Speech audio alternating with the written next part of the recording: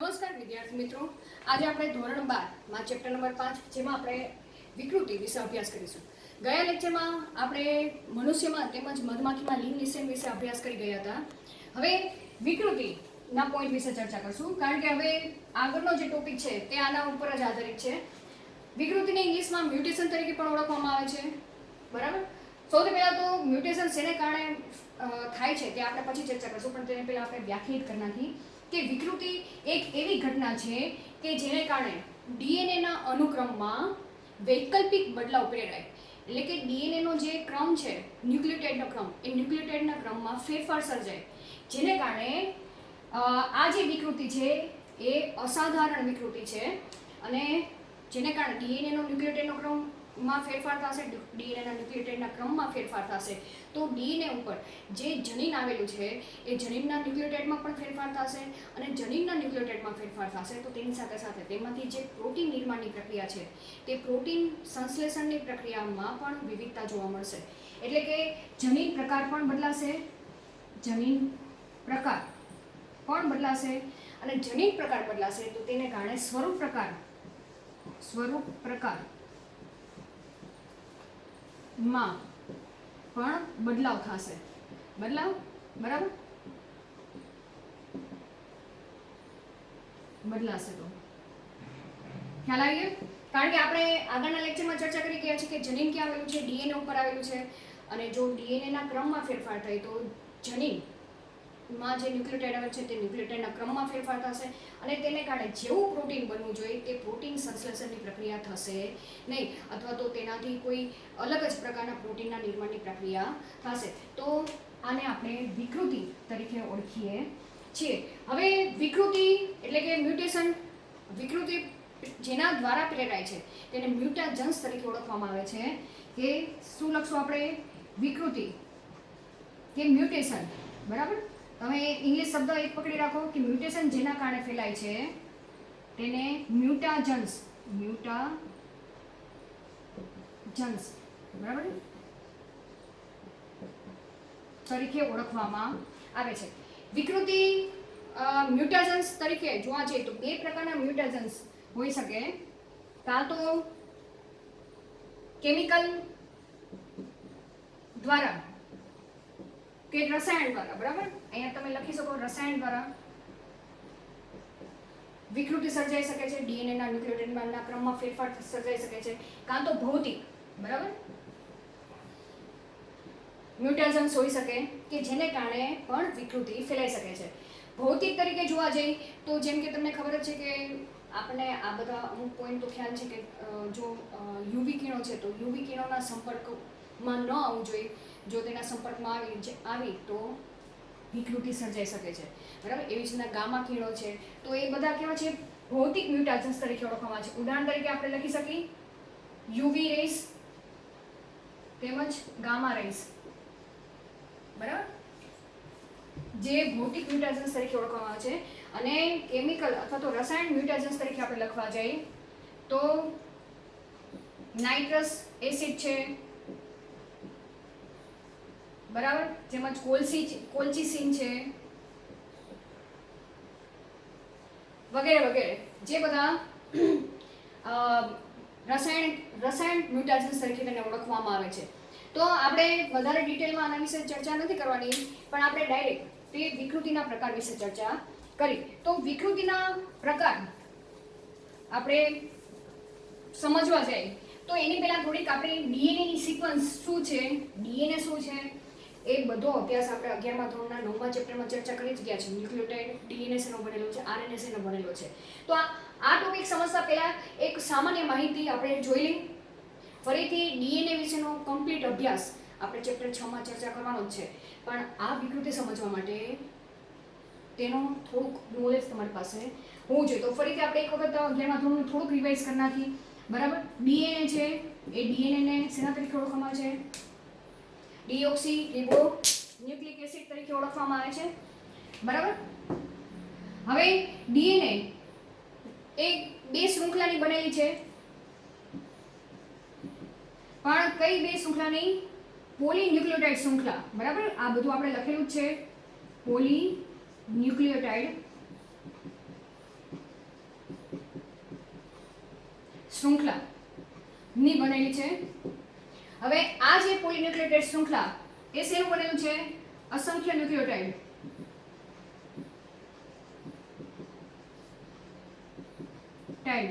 ભેગા મળે ત્યારે પોલીન્યુક્લિયોટાઇડની શૃંખલા બને અને આવી બે શૃંખલા બને એટલે ડીએનએ બને. હવે આ જે અસંખ્ય ન્યુક્લિયોટાઇડ છે એમાંનો એક ન્યુક્લિયોટાઇડ વિશે આપણે ચર્ચા કરી તો એ શેનો બનેલો છે? એ 3 વસ્તુનો બનેલો છે, બરાબર? પેન્ટોસ શર્કરા,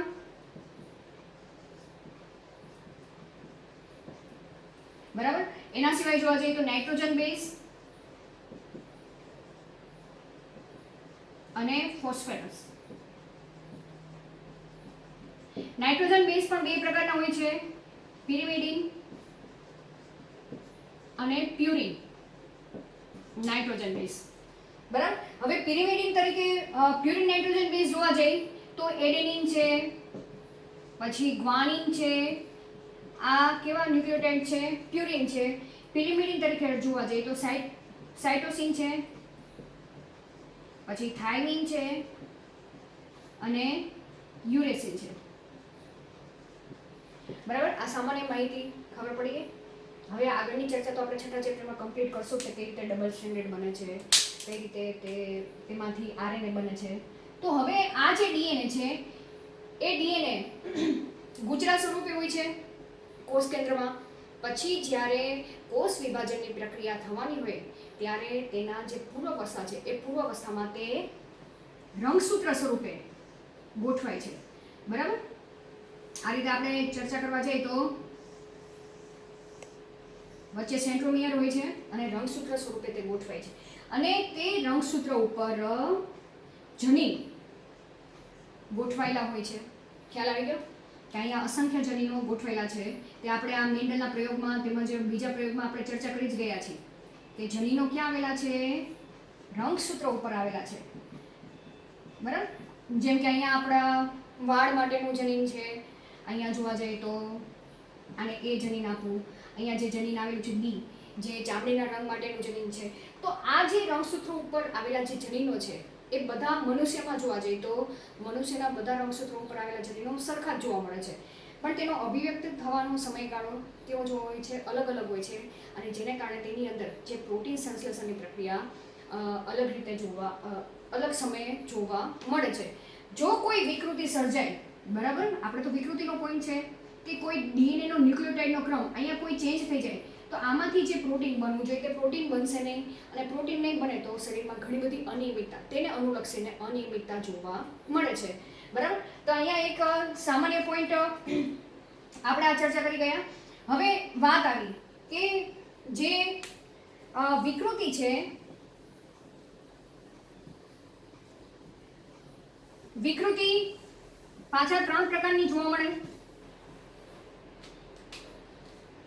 વિકૃતિ 3 પ્રકારની. રંગસૂત્રના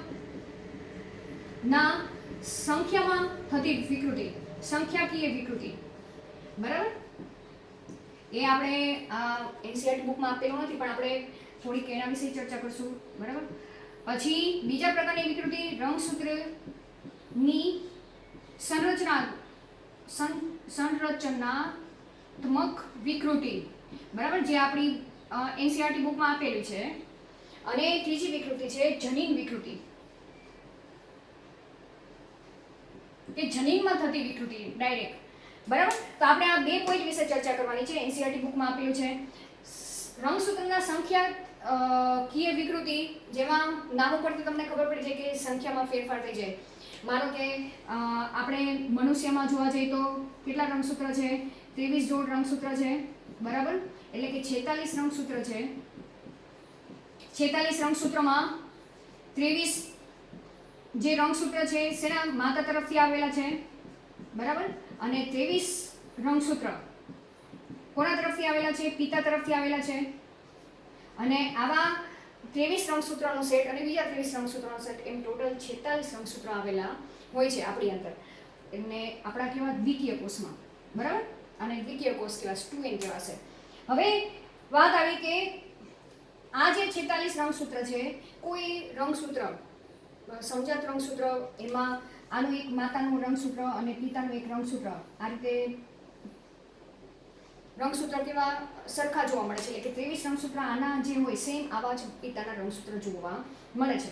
હવે એમાં જોવા જઈએ તો માનો કે બીજા નંબરનું રંગસૂત્ર છે, તો માતાનું બીજા નંબરનું રંગસૂત્ર, પિતાનું બીજા નંબરનું રંગસૂત્ર, બંને જ્યારે કોષ વિભાજન દરમિયાન બંને ભેગા થાય છે, બરાબર, જેને આપણે શું કહીશું, સમજાત રંગસૂત્ર તરીકે તેને ઓળખવામાં આવે છે. તો હવે અહીંયા આપણે જોવા જઈએ તો એ આપણે ચર્ચા નથી કરવાની કે કોઈ જોડ સમજાત રંગસૂત્રની હંમેશા જોડ હોય, પણ કોઈ વિકૃતિ સર્જાય તો જેને કારણે કોઈ વધારાનું રંગસૂત્ર એડ આવી જાય, બરાબર, કાં તો સમજાત રંગસૂત્ર હોય તેની જગ્યાએ કોઈ એક રંગસૂત્ર જ્યારે કોષ વિભાજનની પ્રક્રિયા થાય ત્યારે જન્યુની અંદર તેનું પ્રમાણ કેવું જોવા મળે, ઓછું જોવા મળે, બરાબર. માનો કે અહીંયા 46 છે, તો હવે જ્યારે જન્યુ બને ત્યારે કોષની અંદર કેવા 23 રંગસૂત્ર જવા જોઈએ, પણ તેની જગ્યાએ કોઈ એક જન્યુમાં 24 રંગસૂત્ર વયા ગયા અને કોઈ એક જન્યુની અંદર 22 રંગસૂત્ર આવ્યા, તો આની અંદર એક રંગસૂત્રની ઘટ થઈ અને આની અંદર એક રંગસૂત્ર વધી ગયું, તો આને શું કહેવાશે, સંખ્યાકીય વિકૃતિ તરીકે તેને ઓળખવામાં આવે છે, બરાબર. હવે રંગસૂત્રની સંરચનાત્મક વિકૃતિ એટલે કે તેની રચનામાં કોઈ ફેરફાર થાય, બરાબર.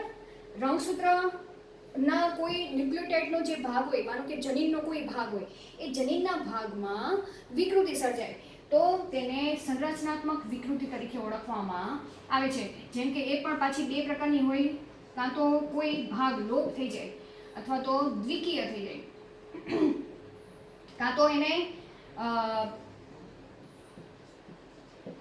બરાબર દ્વિકીય થઈ જાય એટલે કે ડબલ થઈ જાય. હવે એમાંય પાછું આપણે લોપની એક ઉદાહરણ તરીકે, લોપ એટલે કે કોઈ રંગસૂત્રનો કોઈ ભાગ દૂર થઈ જાય, બરાબર, વિકૃતિને કારણે, તો તેને લોપ વિકૃતિ તરીકે ઓળખવામાં આવે છે.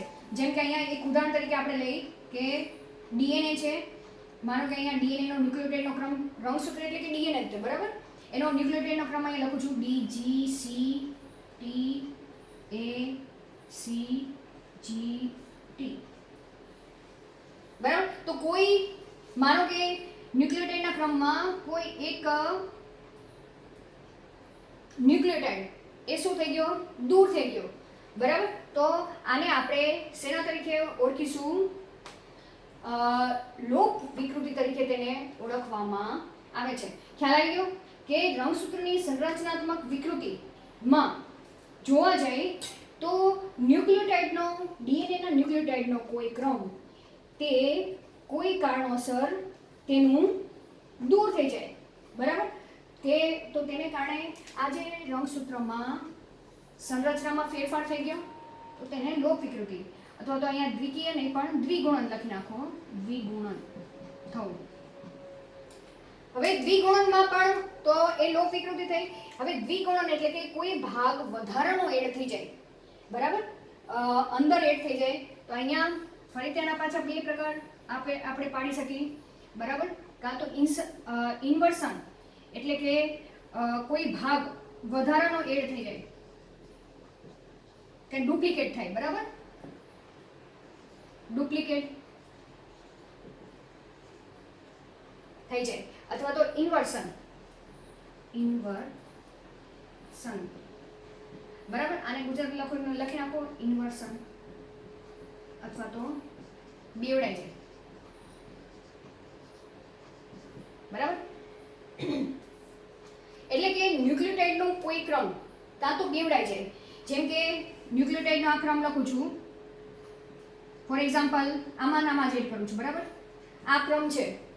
હવે આને આ જે ન્યુક્લિયોટાઇડનો ક્રમ છે તે ફરીથી બેવડાઈ જાય, માનો કે A G, પછી અહીંયા C તો લખું છું, C ને G તો લખું છું, ફરીથી C ને G એડ થાય, બરાબર. પછી આ સિક્વન્સ તો એમને જ રહેશે, C G T. તો આ ભાગ હતો એ ભાગ બીજી વખત બેવડાઈ ગયો, બરાબર. તો આને શું કહેવાશે, ડુપ્લિકેશન, એટલે બેવડાઈ જાય, બરાબર. કોઈ પણ ડીએનએ ના કોઈ ન્યુક્લિયોટાઇડનો ક્રમ એ બેવડાઈ જાય એટલે કે તેનું શું થાય, દ્વિગુણન થાય, તો તેવા પ્રકારની વિકૃતિને દ્વિગુણન વિકૃતિ તરીકે ઓળખવામાં આવે છે. ખ્યાલ આવી ગયો. હવે એનો જે બીજો પ્રકાર છે ઇન્વર્સન. ઇન્વર્સન એટલે શું કે માનો કે ફોર એક્ઝામ્પલ આ જ ન્યુક્લિયોટાઇડનો ક્રમ છે, બરાબર, હવે આ ન્યુક્લિયોટાઇડનો ક્રમ ઉલટો થઈ જાય. ઉલટો થઈ જાય એટલે કે પેલા G આવી જાય પછી C આવી જાય, એટલે કે પેલા અહીંયા ક્યાંક કટિંગ થઈ જાય, બરાબર, અને આખો આ ટુકડો ઉલટો થઈ જાય. તો આ હું લખી નાખું. આપણે આ શેની વાત કરી છે? ઇન્વર્સનની, કે A G પછી શું થઈ જાય? આ બેવડાઈ જાય, G C A C G T. ખ્યાલ આવી ગયો? તો આને દ્વિગુણનનો ઇન્વર્સલ પ્રકારની વિકૃતિ તરીકે તેને ઓળખવામાં આવે છે. તો આમ રંગસૂત્રની સંરચનાત્મક વિકૃતિ એ લોપની રીતે પણ થઈ શકે છે અથવા તો દ્વિગુણનની રીતે પણ વિકૃતિ સર્જાઈ શકે છે. અને જેને કારણે જે ડીએનએ માં અસાધારણ વિકૃતિ જોવા મળે છે, કે અસાધારણ ફેરફાર જોવા મળે છે, કે જે ફરીથી તેનો સુધારો થઈ શકે નહીં, એટલે અહીંયા અસાધારણ શબ્દ વાપરેલો છે. અને આવી અસાધારણ વિકૃતિને કારણે ઘણા બધા શરીરમાં સિમ્પટમ્સ જોવા મળે છે, ઘણા બધા રોગો જોવા મળે છે. જેનું એક ઉદાહરણ આપણે એનસીઆરટી બુકમાં આપેલું છે, કે કેન્સર છે. એ કેન્સર એ ડીએનએની આવી અસાધારણ વિકૃતિને કારણે થતું જોવા મળે છે, કે તેની રંગસૂત્રમાં સંરચનાત્મક વિકૃતિને કારણે થતું જોવા મળે છે, બરાબર. હવે બીજો એક આપણે પ્રકાર ચર્ચા કરી જઈએ, કે જનીન વિકૃતિના તમને આપણી એનસીઆરટી બુકમાં આપેલું છે કે જનીનમાં વિકૃતિ જોવા મળે. આ તો આપણે શેમાં જોઈએ? કે રંગસૂત્રના કોઈ ન્યુક્લિયોટાઇડમાં ફેરફાર જોવા મળે તો કેવી વિકૃતિ સર્જાઈ શકે છે? લોપની કાં તો દ્વિગુણનની વિકૃતિ સર્જાઈ શકે. જનીન વિકૃતિ એટલે કે જનીનમાં વિકૃતિ સર્જાય, બરાબર. જનીનમાં વિકૃતિ સર્જાય એટલે કે ડીએનએ એ પણ પાછી બે પ્રકારની આપણી બુકમાં આપેલી છે, પોઈન્ટ મ્યુટેશન અને ફ્રેમ શિફ્ટ મ્યુટેશન, બરાબર. પોઈન્ટ મ્યુટેશન એટલે કે ડીએનએ નો કોઈ ન્યુક્લિયોટાઇડના બેઝમાં કે જોડમાં ફેરફાર થાય, બરાબર. શું કે છે? ડીએનએ ના ન્યુક્લિયોટાઇડ જોડમાં ફેરફાર થાય તો તેને પોઈન્ટ મ્યુટેશન કહે છે, બરાબર. હવે અહીંયા તમને શું કહેવા માંગે છે? કે કોઈ ડીએનએ નો જનીન, બરાબર, કે જનીન એ ન્યુક્લિયોટાઇડનો ક્રમ જ છે તેની અંદર, કે તેના ન્યુક્લિયોટાઇડના ક્રમમાં કોઈ નાઇટ્રોજન બેઝની જે જોડ છે તેમાં ફેરફાર સર્જાય છે, તેને પોઈન્ટ મ્યુટેશન તરીકે ઓળખવામાં આવે છે. ફોર એક્ઝામ્પલ, તેના ઉદાહરણ તરીકે આપણી એનસીઆરટી બુકમાં સિકલ સેલ એનિમિયાનું ઉદાહરણ આપવામાં આવ્યું છે, બરાબર. હવે જેમાં શું દર્શાવવા માંગે છે કે સૌથી પહેલા તો આપણને આટલી માહિતી તો ખબર હોવી જોઈએ કે જે જનીન છે એ જનીનમાંથી સૌપ્રથમ આરએનએ બને છે અને આરએનએમાંથી પ્રોટીન સંશ્લેષણની પ્રક્રિયા થાય છે. તો આમ પ્રોટીનનો સીધો આધાર કોના ઉપર રહે છે? જનીન ઉપર રહે છે. કે જનીન ઉપર ન્યુક્લિયોટાઇડનો ક્રમ કેવો આવેલો છે તેને આધારે પ્રોટીન સંશ્લેષણની પ્રક્રિયા થાય છે. એટલે જ તમે જોવા જાઓ તો આપણા રંગસૂત્ર ઉપર અસંખ્ય જનીનો આવેલા છે કે જેમાં માત્ર તેના ન્યુક્લિયોટાઇડમાં જ ફેરફાર જોવા મળે છે, બરાબર. ન્યુક્લિયોટાઇડ તો 4 પ્રકારના છે: એડેનિન ધરાવતો ન્યુક્લિયોટાઇડ, ગ્વાનિન ધરાવતો ન્યુક્લિયોટાઇડ, સાઇટોસિન ધરાવતો ન્યુક્લિયોટાઇડ અને થાઇમિન ધરાવતો ન્યુક્લિયોટાઇડ. ખ્યાલ આવી ગયો? તો હવે તેના માત્ર ખાલી ક્રમમાં ફેરફાર હશે, તેને આધારે જુદા જુદા પ્રકારના પ્રોટીન નિર્માણની પ્રક્રિયા આપણા કોષની અંદર થાય છે અને જેને કારણે તેના લક્ષણો સ્વરૂપ પ્રકાર અલગ અલગ જોવા મળે છે. તો અહીંયા આ જે પ્રોટીન સિકલ સેલ એનેમિયા એનું જ ઉદાહરણ છે કે અહીંયા માનો કે ફોર એક્ઝામ્પલ આ સમજવા માટે આપણે એક ન્યુક્લિયોટાઇડનો જનીન લઈ લઈએ, બરાબર. હવે એ જનીનનો ન્યુક્લિયોટાઇડનો ક્રમ તમે અંદાજે લખી નાખો. For example A G C T U નહીં આવે, C T A લખી નાખ્યો. તેનો બીજો ન્યુક્લિયોટાઇડનો ક્રમ તમે લખી નાખો, બરાબર. એડેનિનની સામે હંમેશા શું આવે? થાઇમિન આવે. ગ્વાનિનની સામે સાઇટોસિન સાઇટોસિનની સામે ગ્વાનિન, થાઇમિનની સામે એડેનિન, સાઇટોસિનની સામે ગ્વાનિન, થાઇમિનની સામે એડેનિન અને એડેનિનની સામે થાઇમિન. બરાબર? આ ક્રમ, આ જનીન લખેલું છે. બરાબર? એટલે કે ડીએનએની એક શૃંખલાના બીજી શૃંખલા. હવે જેમાંની એક શૃંખલા ટેમ્પલેટ શૃંખલા તરીકે વર્તે છે તે આપણે આગળના લેક્ચરમાં ચર્ચા કરશું. અને તેની અંદરથી આરએનએ બને અને આરએનએમાંથી પ્રોટીન બને, આખી સિક્વન્સ છે. હવે કોઈ માનો કે ફોર એક્ઝામ્પલ અહીંયા એજીસી છે, હવે કોઈ વિકૃતિ સર્જાણી, તો વિકૃતિને કારણે અહીંયા સાઇટોસિનની જગ્યાએ અહીંયા એડેનિન આવી ગયું. બરાબર?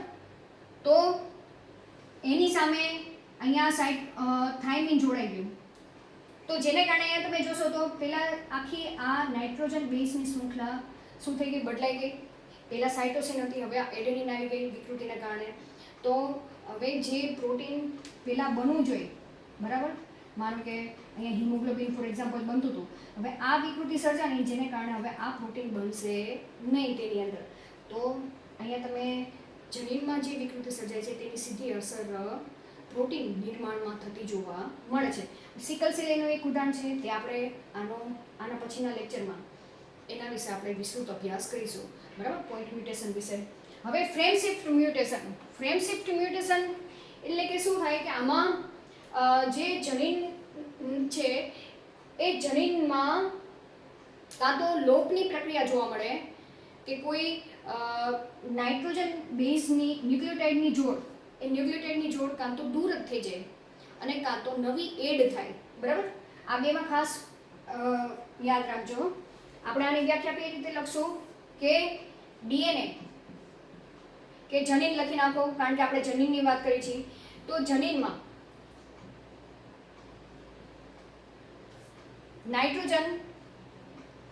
નાઇટ્રોજન બેઝ ની જે જોડ છે, જોડમાં ઉમેરો થાય અથવા શું લખશું, દૂર થાય, તો થતી વિકૃતિને શું કહેવામાં આવશે? ફ્રેમ શિફ્ટ મ્યુટેશન તરીકે ઓળખવામાં આવે છે. બરાબર? અહીંયા તો ખાલી ચેન્જ જ થતા હતા ન્યુક્લિયોટાઇડની જોડ. બરાબર? અહીંયા તો કાં તો નવો જ એડ થાય છે અથવા તો જે છે એ દૂર થઈ જાય છે.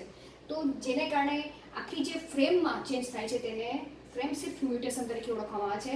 હવે તેને સમજવા માટે પણ આપણે એક ઉદાહરણ દ્વારા ચર્ચા કરી. બરાબર? જેમ કે અહીંયા છઠ્ઠા ચેપ્ટરમાં આપણને એનસીઈઆરટી બુકમાં એક ઉદાહરણ આપેલું છે. બરાબર? ફ્રેમ શિફ્ટ મ્યુટેશનનું કે અહીંયા રામ હેઝ રેડ REDK. હવે આ જે આલ્ફાબેટ આપેલા છે એ આલ્ફાબેટ સમજી લો ન્યુક્લિયોટાઇડ છે.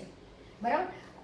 એની પહેલાં તમને ફ્રેમ શિફ્ટ સમજતા પહેલાં એક આટલું થોડીક આપણે માહિતી લઈ લઈએ કે કઈ રીતે પ્રોટીન કોડ કઈ રીતે થાય છે. જનીન હોય, બરાબર? જનીન બે શૃંખલા ધરાવે છે ન્યુક્લિયોટાઇડની. હવે જેમાંની અહીંયા એક શૃંખલા ટેમ્પલેટ શૃંખલા તરીકે વર્તે છે, તેમાંથી આરએનએ બને છે. બરાબર? માનો કે આ મેં આરએનએ છે, એ જી, અહીંયા આરએનએમાં થાઇમિન નહીં હોય પણ શું આવશે? યુરેસિલ આવશે. બરાબર? યુ જી સી એ જી. હવે એમાંના જે આરએનએ ત્યારબાદ કોષ કેન્દ્રમાંથી નીકળીને કોષ રસમાં જાય છે, ત્યાં રિબોઝોમ સાથે જોડાય છે અને પ્રોટીન નિર્માણની પ્રક્રિયા ચાલુ કરે છે. એ છઠ્ઠા ચેપ્ટરમાં ચર્ચા કરશું. પણ કઈ રીતે પ્રોટીન બને છે કે આરએનએની જે 3 ન્યુક્લિયોટાઇડ છે એ 3 ન્યુક્લિયોટાઇડ એ એક એમિનો એસિડ માટેનું સંકેત પૂરું પાડે છે. બરાબર?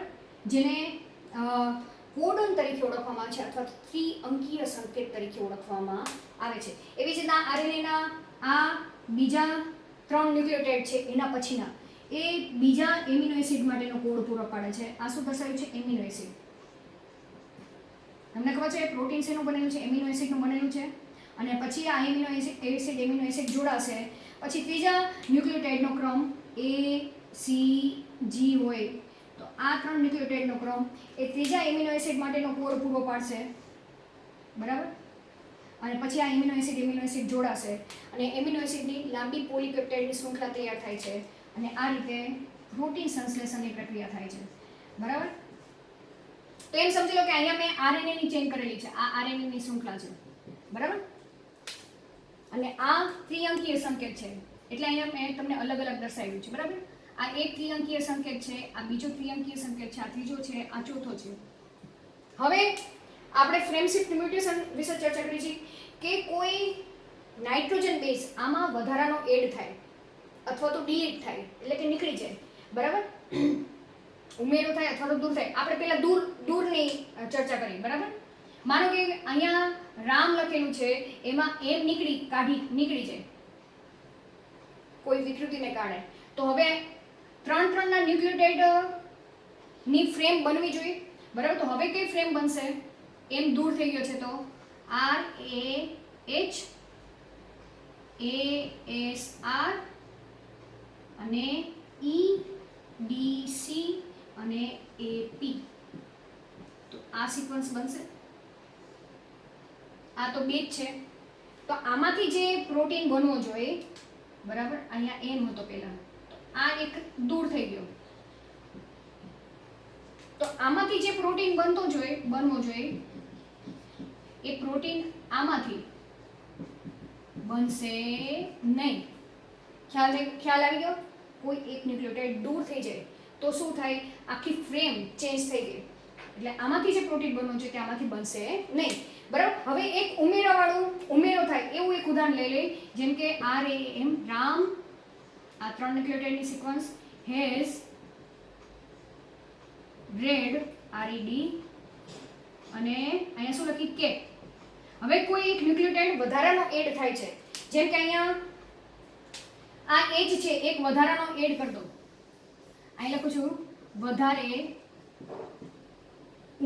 ઉમેરાય તો પણ આખી શું થશે? ફ્રેમ ચેન્જ થઈ જશે. કઈ રીતે? એક વધારાનો એડ કરી દો તો તમને સિક્વન્સ શું બનશે? RAM રામ તો છે તે HAS HHA થઈ જશે. પછી SRE અને DCA અને P પછી એકલો જ રહી ગયો. તો આમાંથી જે પ્રોટીન બનવું જોઈએ એ પ્રોટીન આમાંથી બનશે નહીં. તો અહીંયા તમે જોશો આખી ફ્રેમ, જે પ્રોટીન સંશ્લેષણ માટેની જે ફ્રેમ બનવી જોઈએ RNA ની, એ આખી ફ્રેમમાં જ ચેન્જ થઈ જશે મ્યુટેશનને કારણે, અને જેને કારણે જે પ્રોટીન સંશ્લેષણ થવું જોઈએ તે પ્રોટીન સંશ્લેષણ થશે નહીં. તો અહીં આપણે વિકૃતિના જુદા જુદા પ્રકાર વિશે ચર્ચા કરી ગયા. હવે વંશાવલી ચાર્ટ વિશે આપણે આગળ ચર્ચા કરીશું, જેમાં વિકૃતિને આધારે જે પૂર્વજોમાંથી સંતતિમાં એ વિકૃતિ આનુવંશિક રીતે કઈ રીતે ઉતરી આવે છે તેના વિશે આપણે આગળ અભ્યાસ કરીશું. Thank you.